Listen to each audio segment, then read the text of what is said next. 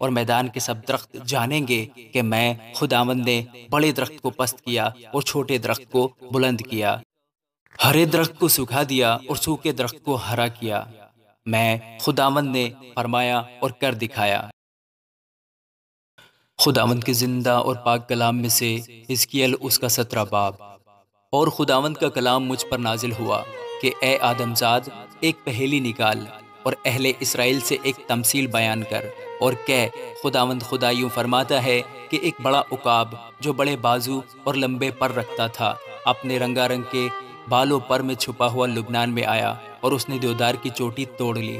وہ سب سے اونچی ڈالی توڑ کر سوداگری کے ملک میں لے گیا اور سوداگروں کے شہر میں اسے لگایا، اور وہ اس سرزمین میں سے بیج لے گیا اور اسے زرخیز زمین میں بویا۔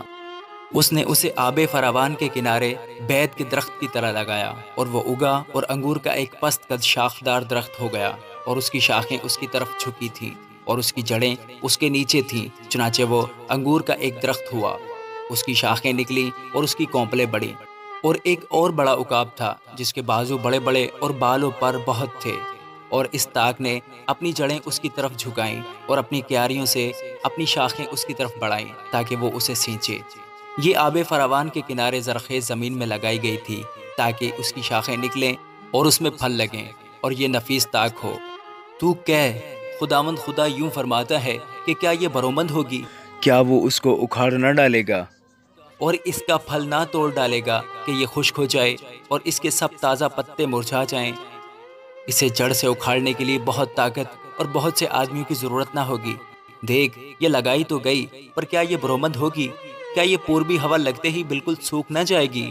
یہ اپنی کیاریوں ہی میں پس مردہ ہو جائے گی۔ اور خداوند کا کلام مجھ پر نازل ہوا کہ اس باغی خاندان سے کہہ، کیا تم ان باتوں کا مطلب نہیں جانتے؟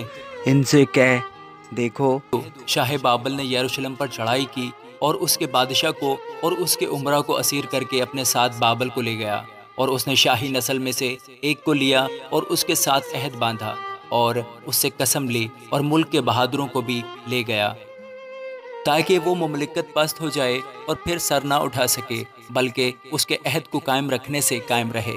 لیکن اس نے بہت سے آدمی اور گھوڑے لینے کے لیے مصر میں ایلچی بھیج کر اس سے سرکشی کی۔ کیا وہ کامیاب ہوگا؟ کیا ایسے کام کرنے والا بچ سکتا ہے؟ کیا وہ عہد شکنی کر کے بھی بچ جائے گا؟ خداوند خدا فرماتا ہے کہ مجھے اپنی حیات کی قسم، وہ اسی جگہ جہاں اس بادشاہ کا مسکن ہے جس نے اسے بادشاہ بنایا اور جس کی قسم کو اس نے حقیر جانا اور جس کا عہد اس نے توڑا، یعنی بابل میں اسی کے پاس مرے گا۔ اور فرعون اپنے بڑے لشکر اور بہت سے لوگوں کو لے کر لڑائی میں اس کے ساتھ شریک نہ ہوگا، جب دمدمہ باندھتے ہوں اور برج بناتے ہوں کہ بہت سے لوگوں کو قتل کریں، چونکہ اس نے قسم کو حقیر جانا اور اس عہد کو توڑا اور ہاتھ پر ہاتھ مار کر بھی یہ سب کچھ کیا، اس لیے وہ بچ نہ سکے گا۔ بس خداوند خدا یوں فرماتا ہے کہ مجھے اپنی حیات کی قسم، وہ میری ہی قسم ہے جس کو اس نے حقیر جانا، اور وہ میرا ہی عہد ہے جو اس نے توڑا، میں ضرور یہ اس کے سر پر لاؤں گا، اور میں اپنا جال اس پر پھیلاؤں گا، اور وہ میرے پھندے میں پکڑا جائے گا، اور میں اسے بابل کو لے آؤں گا، اور جو میرا گناہ اس نے کیا ہے اس کی بابت میں وہاں اس سے حجت کروں گا، اور اس کے لشکر کے سب فراری تلوار سے قتل ہوں گے، اور جو بچ رہیں گے وہ چاروں طرف پراگندہ ہو جائیں گے، اور تم جانو گے کہ میں خداوند نے یہ فرمایا ہے۔ خداوند خدا فرماتا ہے، میں بھی دیودار کی بلند چوٹی لوں گا اور اسے لگاؤں گا، پھر اس کی نرم شاخوں میں سے ایک کونپل کاٹ لوں گا اور اسے ایک اونچے اور بلند پہاڑ پر لگاؤں گا۔ میں اسے اسرائیل کے اونچے پہاڑ پر لگاؤں گا، اور وہ شاخیں نکالے گا اور پھل لائے گا، اور عالی شان دیودار ہوگا، اور ہر قسم کے پرندے اس کے نیچے بسیں گے۔ وہ اس کی ڈالیوں کے سائے میں بسیرا کریں گے، اور میدان کے سب درخت جانیں گے کہ میں خداوند نے بڑے درخت کو پست کیا اور چھوٹے درخت کو بلند کیا، ہرے درخت کو سکھا دیا اور سوکھے درخت کو ہرا کیا۔ میں خداوند نے فرمایا اور کر دکھایا۔